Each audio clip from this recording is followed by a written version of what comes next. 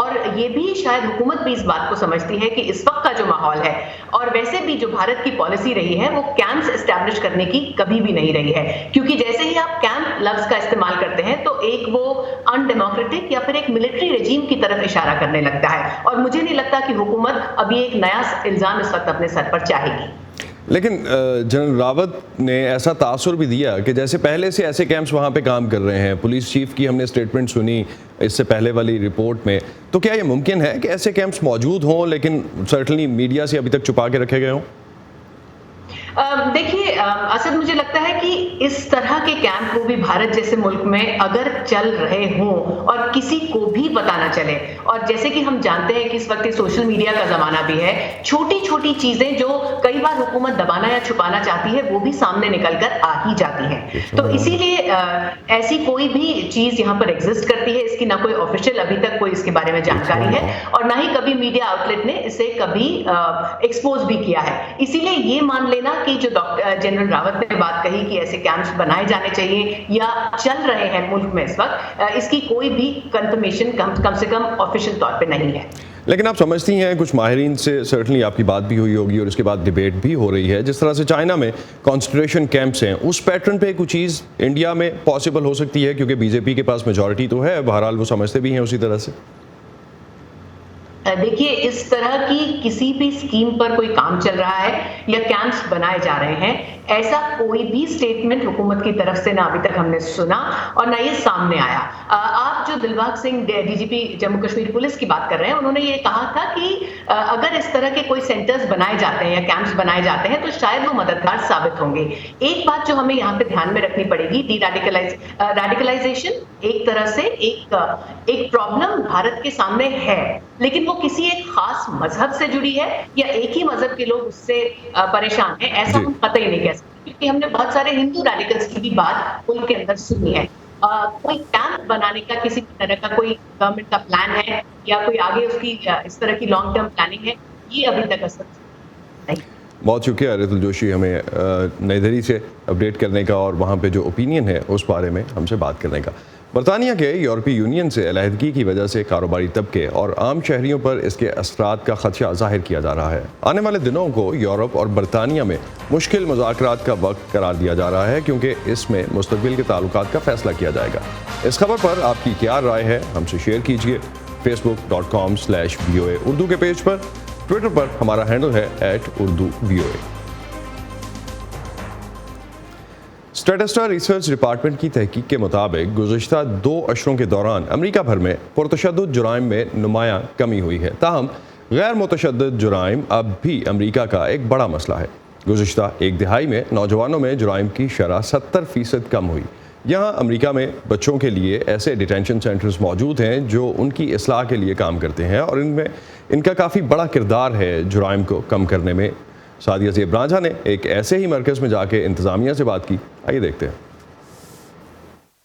90 کی دہائی میں امریکہ میں نوجوانوں میں متعدد جرائم کی شرح اپنی بلند ترین سطح پر پہنچی تو غیر منافع بخش تنظیمیں، قانون ساز اور شہری آگے آئے اور سزاؤں میں تبدیلی کی کوششیں کی اور بحالی نو کی سہولتوں میں اضافے پر زور دیا۔ اس کے نتیجے میں نوجوانوں میں جرائم کی سطح 70% کم ہوئی۔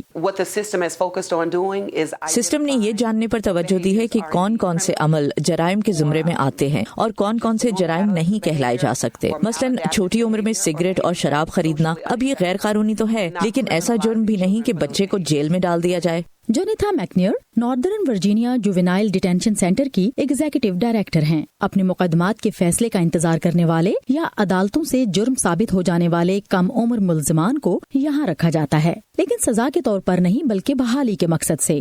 جونیتھا کے مطابق ایسے بچوں کو ان کے ماں باپ کے ساتھ گھر میں رہتے ہوئے بھی سدھارا جا سکتا ہے اور ان پر نظر رکھی جا سکتی ہے، اور گزشتہ 1 عشرے میں ایسی ہی کوششوں سے حراستی مراکز میں نوجوانوں کی تعداد ریکارڈ حد تک کم ہوئی ہے۔ اگرچہ یہ مرکز کافی پرانا ہے لیکن یہاں رائج طریقہ کار بالکل نیا ہے۔ یہاں 1 روز کے لیے آنے والے بچے کی بھی ذہنی اور نفسیاتی صحت کا مکمل جائزہ لیا جاتا ہے تاکہ اس کے کسی بھی عمل کے پیچھے چھپی وجہ تک پہنچا جا سکے۔ اگرچہ کم عمر ملزمان کی بحالی کے حوالے سے امریکہ میں بہت پیش رفت ہوئی ہے، اسے ابھی بھی خامیوں سے پاک نہیں کہا جا سکتا۔